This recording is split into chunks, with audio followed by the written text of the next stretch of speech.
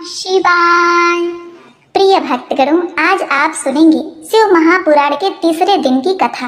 आज का प्रसंग है बिल्व पत्र, भस्म, रुद्राक्ष की महिमा। ऋषियों ने कहा, हे श्रेष्ठ मुनि, हमने पहले सुना है कि शिव को अर्पित नैवेद्य को अन्य लोगों को ग्रहण नहीं करना चाहिए। कृपया हमें इस विषय में तथा बिल्व के महालय के विषय में भी निश्चय पूर्वक बताइए।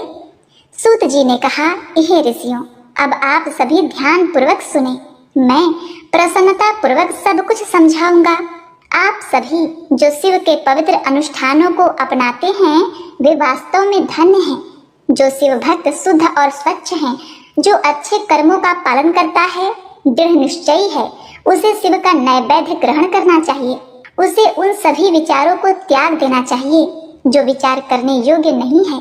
शिव जी के नैवेद्य के दर्शन मात्र से ही सारे पाप नष्ट हो जाते हैं। इसे ग्रहण करने पर क्षण भर में ही करोड़ों पुण्य प्राप्त हो जाते हैं। हजारों हवन व्यर्थ है, करोड़ों हवन व्यर्थ है। शिव का नैवेद्य खाने से शिव से एक रूपता प्राप्त होती है। यदि किसी परिवार में शिव का नैवेद्य सदस्यों को प्रिय हो जाए तो वह घर पवित्र हो जाता है तथा इससे अन्य घर भी पवित्र हो सकते हैं। शिव का नैवेद्य अर्पित करते समय उसे प्रसन्नता और विनम्रता के साथ ग्रहण करना चाहिए। शिव का स्मरण करते हुए उसे उत्सुकता पूर्वक खाना चाहिए। यदि कोई व्यक्ति शिव जी का नैवेद्य चढ़ाया हुआ समझकर उसे तुरंत ग्रहण करने में विलंब कर ले तो उसे पाप लगता है। यदि किसी को शिव का नैवेद्य लेने की इच्छा नहीं है तो वह पापियों का पापी है और निश्चित रूप से नरक में जाएगा। शिव पंथ में दीक्षा के बाद भक्त को लिंग प्रतिमा पर अर्पित खाद्य पदार्थों का सेवन करना चाहिए, चाहे वह हृदय में गर्भित हो या चंद्रशिला, चांदी, सोने आदि से बना हो।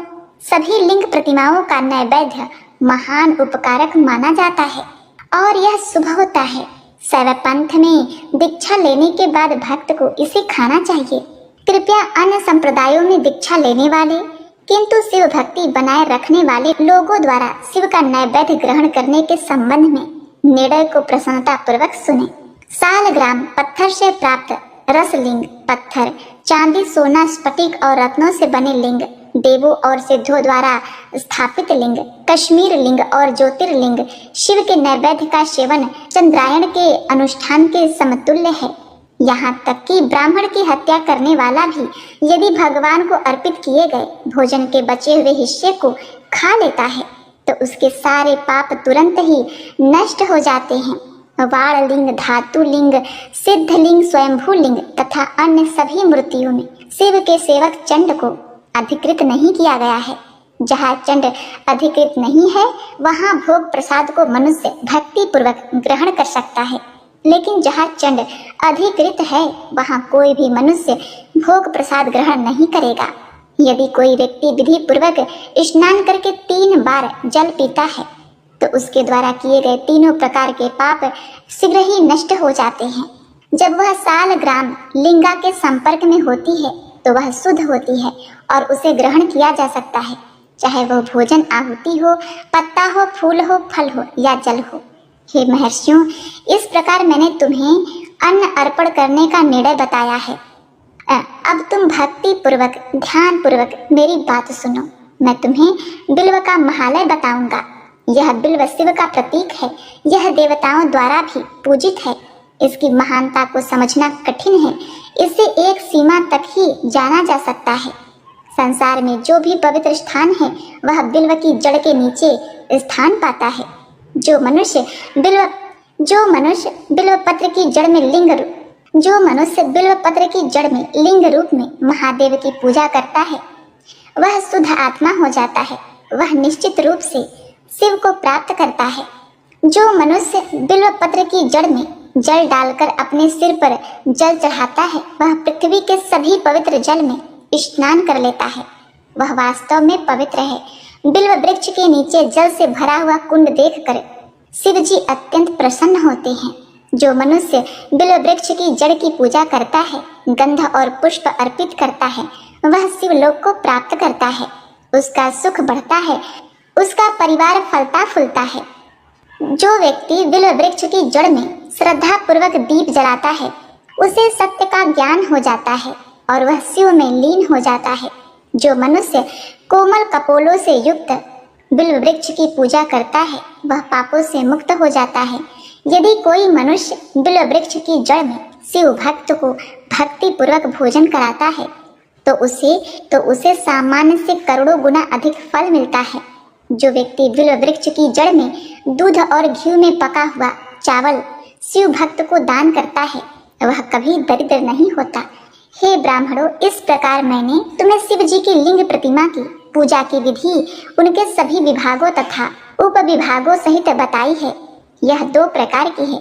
एक उन लोगों के लिए जो सांसारिक कार्यों में सक्रिय रूप से लगे हुए हैं और दूसरी उन लोगों के लिए जिन्होंने वास्तव में उसका त्याग कर दिया है। जो लोग सांसारिक कार्यों में लगे हुए हैं उनकी पूजा से सभी मनोकामनाएं पूर्ण होती हैं। उन्हें बर्तन में बैठकर पूरी पूजा करनी चाहिए। अभिषेक के अंत में पके हुए चावल की थाली को भोग के रूप में चढ़ाना चाहिए। पूजा के अंत में लिंग प्रतिमा को घर में अलग से एक शुद्ध डिबिया में रखना चाहिए। जिसने संसार त्याग दिया है उसे कर पूजा करनी चाहिए। उसे देवता को अपनी भोजन अर्पित करना चाहिए जिसे वह स्वयं ग्रहण करने का आदी है। सूक्ष्म लिंग प्रतिमा विशेष रूप से निवृत्त के लिए अनुशंसित है। यह पूजा और भोजन दोनों के लिए पवित्र राख चढ़ाएगा। पूजा के अंत में वह हमेशा लिंग की मूर्ति को अपने सिर पर रखेगा। तब सभी ऋषियों ने कहा, हे सूत, हे व्यास के भाग्यशाली शिष्य सूत, आपको नमस्कार है। कृपया पवित्र भस्म, रुद्राक्ष और शिव के नामों की महिमा को पुनः समझाइए। प्रेम पूर्वक इन तीनों का वर्णन करके हमारे मन को प्रसन्न करें। सूत जी ने कहा, यह अच्छा है कि आपने इस विषय का उल्लेख किया है जो कि संसार के लिए अत्यंत कल्याणकारी है।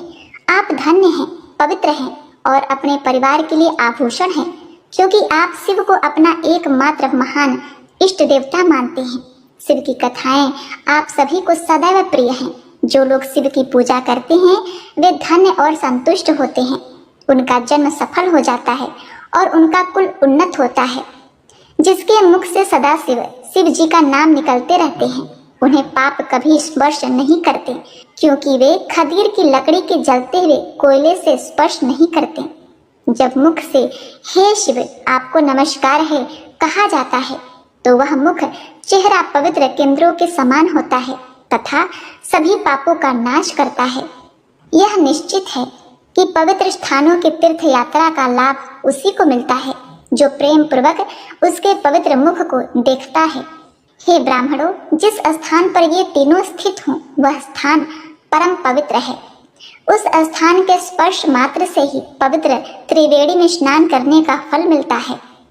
जिसके शरीर में ये तीनों विद्यमान हैं उसके दर्शन दुर्लभ है, किंतु प्राप्त होने पर समस्त पाप नष्ट हो जाते हैं।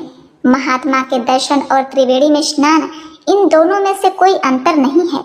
जो इस बात को नहीं जानता वह निसंदेह पापी है। जिस मनुष्य के माथे पर भस्म नहीं है, शरीर पर रुद्राक्ष नहीं है और जो शिव का नाम नहीं लेता वह नीच मनुष्य के समान तिरस्कृत हो जाता है। जैसा कि ब्रह्मा ने कहा है, शिव का नाम गंगा के समान है, भस्म यमुना के समान है और रुद्राक्ष सभी पापों का नाश करता है और सरस्वती के समान है। ब्रह्मा ने कल्याण की इच्छा से तीनों को एक दूसरे के विरुद्ध तोला। एक ओर उन्होंने उस व्यक्ति को जो लाभ हुआ, जो तीनों चीजों के शरीर में उपस्थित था, उसे रखा। दूसरी ओर उन्होंने उस व्यक्ति को जो पवित्र त्रिवेणी में स्नान करता था, उसे रखा। दोनों बराबर पाए गए। इसीलिए यह निश्चित है कि पवित्र स्थानों की तीर्थ यात्रा का लाभ उसी को मिलता है जो प्रेम पूर्वक उसके पवित्र मुख को देखता है। इसीलिए विद्वान को इन्हें हमेशा धारण करना चाहिए। उस समय से ब्रह्मा, विष्णु तथा अन्य देवता इन तीनों को धारण करते हैं। इसके दर्शन मात्र से ही पाप नष्ट हो जाते हैं। ऋषियों ने कहा, हे धर्मात्मा, आपने शिव नाम आदि 3 चीजों का लाभ बताया है, कृपया हमें इसे स्पष्ट रूप से समझाइए। सूत जी ने कहा, हे ब्राह्मणों, ऋषियों, आप सभी शिव के अच्छे भक्त हैं, ज्ञान और महान बुद्धि से संपन्न हैं। आप बुद्धिमानों में श्रेष्ठ हैं। कृपया उनकी महानता को श्रद्धा पूर्वक सुने। हे ब्राह्मणों, यह रहस्य पवित्र ग्रंथों, वेदों और पुराणों में छिपा है। तुम्हारे प्रति प्रेम के कारण मैं अब इसे तुम्हारे समक्ष प्रकट कर रहा हूँ। हे ब्राह्मण श्रेष्ठ, इन तीनों की वास्तविक महानता को शिव जी के अतिरिक्त और कौन जानता है। शिव जी तो संपूर्ण ब्रह्मांड में सबसे परे हैं। मैं अपनी शक्ति से प्रेरित हो संक्षेप में उन नामों का महात्म्य बताऊंगा। हे ब्राह्मणों, तुम प्रेम पूर्वक उनके महात्म्य को सुनो जो समस्त पापों का नाश करने वाले हैं। शिव के नाम के उच्चारण से बड़े बड़े पाप भी उसी प्रकार नष्ट हो जाते हैं जैसे दानावाल में जलती हुई आग, वे बिना किसी कठिनाई के भस्म हो जाती है। यह सत्य है, निसंदेह सत्य है। हे सौनक, पापों से उत्पन्न अनेक प्रकार के दुखों का शमन केवल शिव जी के नाम लेने से ही हो सकता है, अन्य किसी भी उपाय से नहीं। जो मनुष्य संसार में शिव नाम के जप में भक्ति पूर्वक संलग्न रहता है वही वास्तव में वेदों का अनुयायी, पुण्य आत्मा और धन्य विद्वान है। हे मुनि, जो लोग शिव के नाम से जप की प्रभावकारिता पर पूर्ण विश्वास रखते हैं उनके विभिन्न पवित्र अनुष्ठान तत्काल फलदायी होते हैं। हे मुनि, संसार में मनुष्यों द्वारा इतने पाप नहीं किए जाते जितने शिव के नामों से नष्ट हो जाते हैं। हे मुनि, मनुष्यों द्वारा जपे गए शिव के नाम से ब्राह्मण हत्या जैसे असंख्य पापों का तुरंत नाश हो जाता है। जो लोग शिव नाम की नाव का सहारा लेकर संसार सागर को पार कर जाते हैं वे निश्चित रूप से उन पापों को नष्ट कर देते हैं जो संसार के मूल कारण हैं। हे महामुनि, सांसारिक अस्तित्व के मूल पापों का नाश शिव के नाम रूपी परसे से ही होता है। शिव नाम का अमृत उन लोगों को पीना चाहिए जो पाप की अग्नि से दुखी और जल रहे हैं। इसके बिना अग्नि से जल रहे लोगों को शांति नहीं मिल सकती। जो लोग शिव के नाम की अमृत वर्षा से भीगे हुए हैं वे संसार रूपी अग्नि के बीच में भी अस्वस्थ महसूस नहीं करते। जिन महान आत्माओं ने शिव जी के नामों में महान भक्ति प्राप्त कर ली है तथा उनके समान अन्य लोग तुरंत ही पूर्ण मोक्ष प्राप्त कर लेते हैं। हे महामुनि, समस्त पापों का नाश करने वाली शिव नाम की भक्ति केवल उसी को प्राप्त हो सकती है जिसने अनेक जन्मों में तपस्या की हो। मोक्ष केवल उसी को सुलभ है जिसकी शिव नामों में अनन्य और अखंड भक्ति है। मैं इस पर विश्वास करता हूँ। यदि मनुष्य ने अनेक पाप भी किए हैं तो भी जो शिव नाम के जप में श्रद्धा रखता है वह सभी पापों से मुक्त हो जाता है। जिस प्रकार जंगल में लगी आग से वृक्ष जलकर राख हो जाते हैं उसी प्रकार शिव के नाम से पाप नष्ट हो जाते हैं। हे सौनक, जो व्यक्ति नियमित रूप से अपने शरीर को पवित्र भस्म से पवित्र करता है और शिव नामों का जप करता है वह संसार रूपी भयंकर सागर को भी पार कर जाता है। जो व्यक्ति शिव नाम का जप करता है वह ब्राह्मण के धन का दुरुपयोग करने तथा अनेक ब्राह्मणों की हत्या करने पर भी पापों से कलंकित नहीं होता।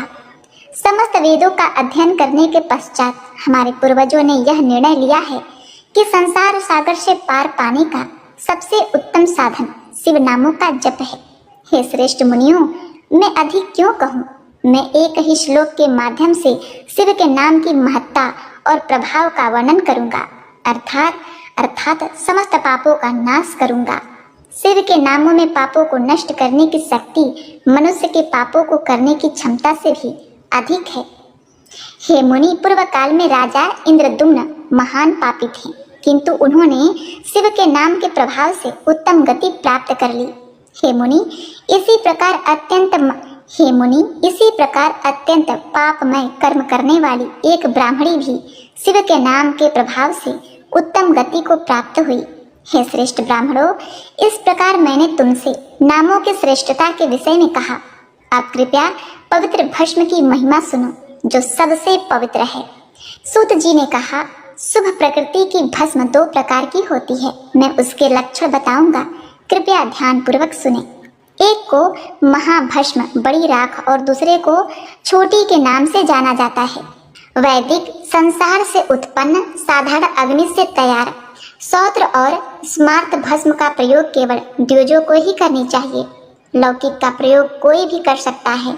ऋषियों ने कहा, कि द्विजों को मंत्रोच्चारण करते हुए पवित्र भस्म लगाना चाहिए। अन्य लोग बिना किसी मंत्र के भी भस्म लगा सकते हैं। जब सूखी गाय का गोबर राख में बदल जाता है तो उसे अग्नि कहते हैं। हे महर्षि, त्रिपुंड के लिए इस राख का उपयोग किया जा सकता है। अग्निहोत्र तथा अन्य यज्ञों में उत्पन्न राख का प्रयोग बुद्धि चाहने वाले पुरुषों द्वारा त्रिपुंड के लिए किया जाएगा। जब भस्म को माथे पर लगाया जाए या जल से लीपा जाए तब सभी वर्णों और आश्रमों के लोगों को माथे पर त्रिपुंड लगाना चाहिए या जाबालोपनिषद में वर्णित मंत्रों से अपने शरीर को मलना चाहिए। मोक्ष चाहने वालों को पवित्र भस्म लगाना और क्षैतिज समांतर रेखाओं में त्रिपुंड लगाना नहीं छोड़ना चाहिए। श्रुति में कहा गया है कि उन्हें प्रमाद नहीं करना चाहिए। शिव, विष्णु, उमा, लक्ष्मी, वाणी की देवी तथा अन्य देवी देवता, ब्राह्मण, क्षत्रिय, वैश्य तथा वर्ण, शंकर और पहाड़ी जनजाति के लोग सदैव त्रिपुंड और धूलि का व्रत करते हैं।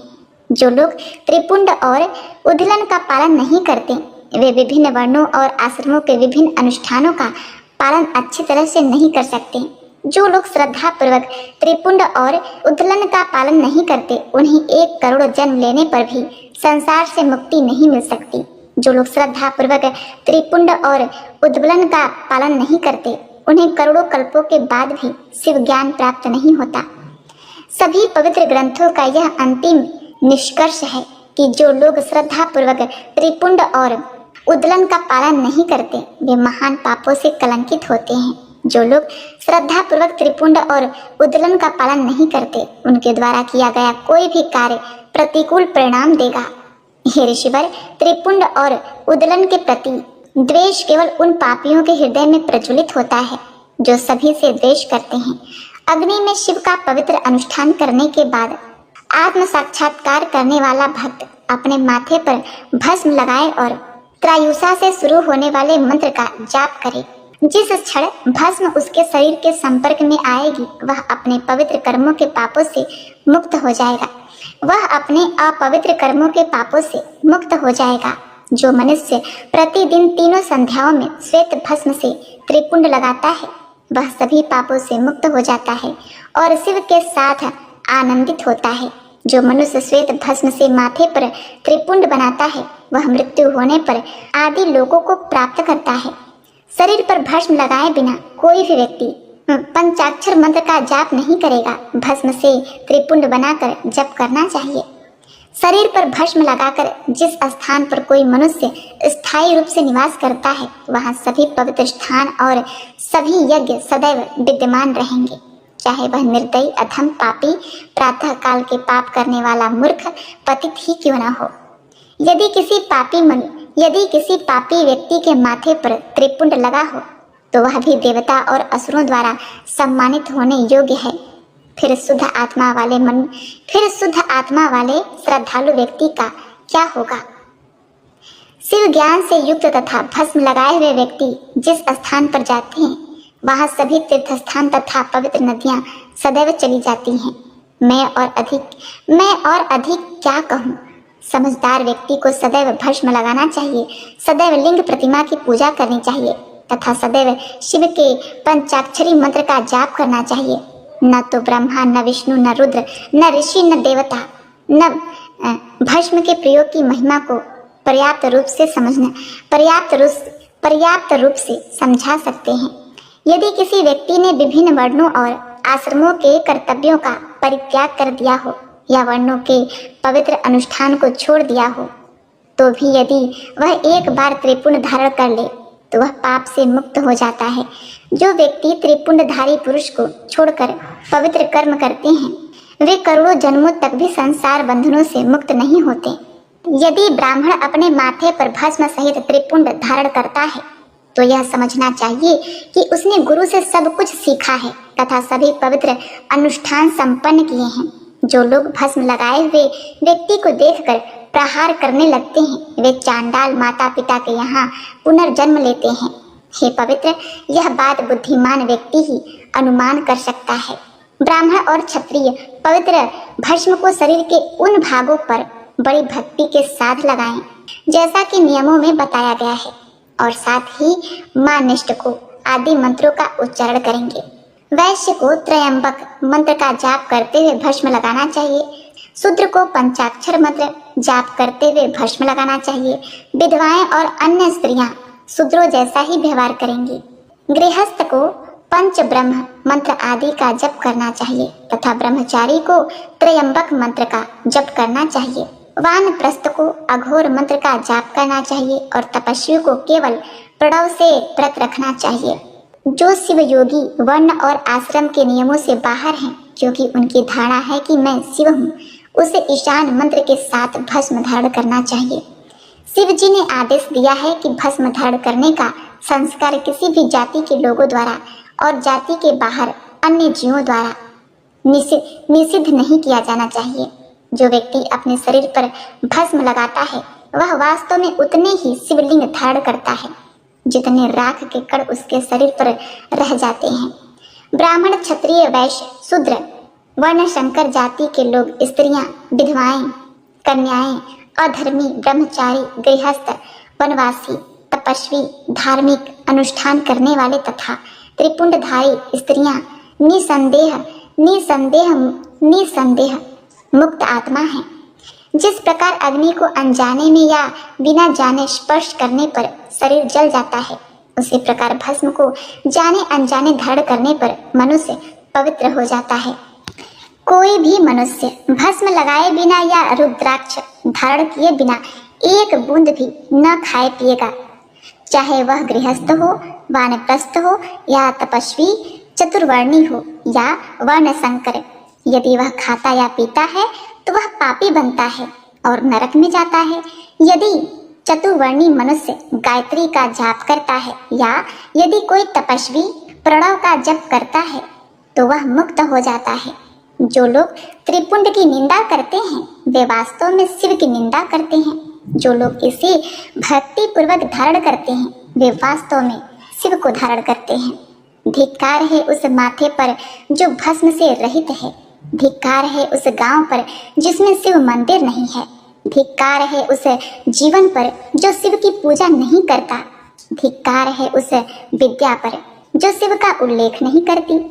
जो लोग तीनों लोकों के आधार शिव की निंदा करते हैं तथा जो माथे पर त्रिपुंड धारण करने वाले की निंदा करते हैं, उनके दर्शन मात्र से भी पाप होता है। वे कूड़े के ढेर के सुअर, राक्षस, गधे, कुत्ते, गीदड़ तथा कीड़ों के समान हैं।